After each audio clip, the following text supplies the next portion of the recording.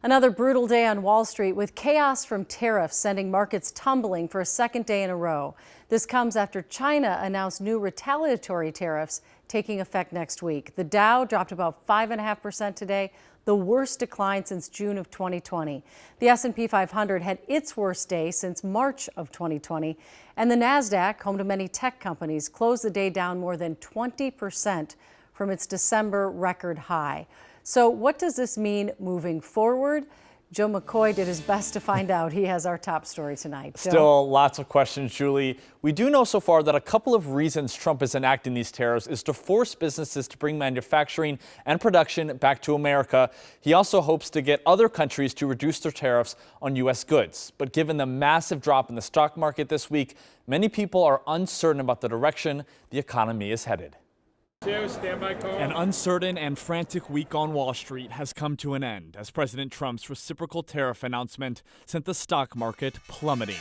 The Dow Jones closing its worst week since 2020, the S&P 500 down 10% in just 2 days, and the Nasdaq down nearly 12% in the same time frame. So is this just a blip in the road and the market correcting itself, or are we headed for a recession?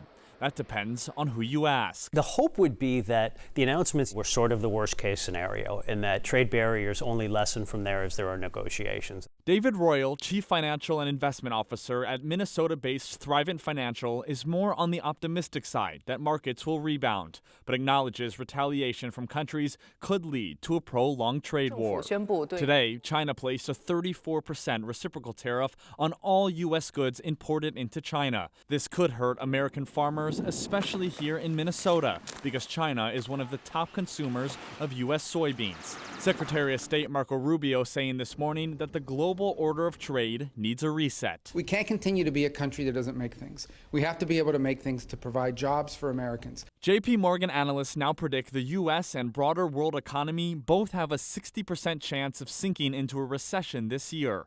On Friday, Federal Reserve Chairman Jerome Powell sent a warning about the cost of goods rising. While tariffs are highly likely to generate at least a temporary rise in inflation, it's also possible that the effects could be more persistent. There is some encouraging economic news tonight. The U.S. added 228,000 jobs in March, more than economists anticipated. Julie?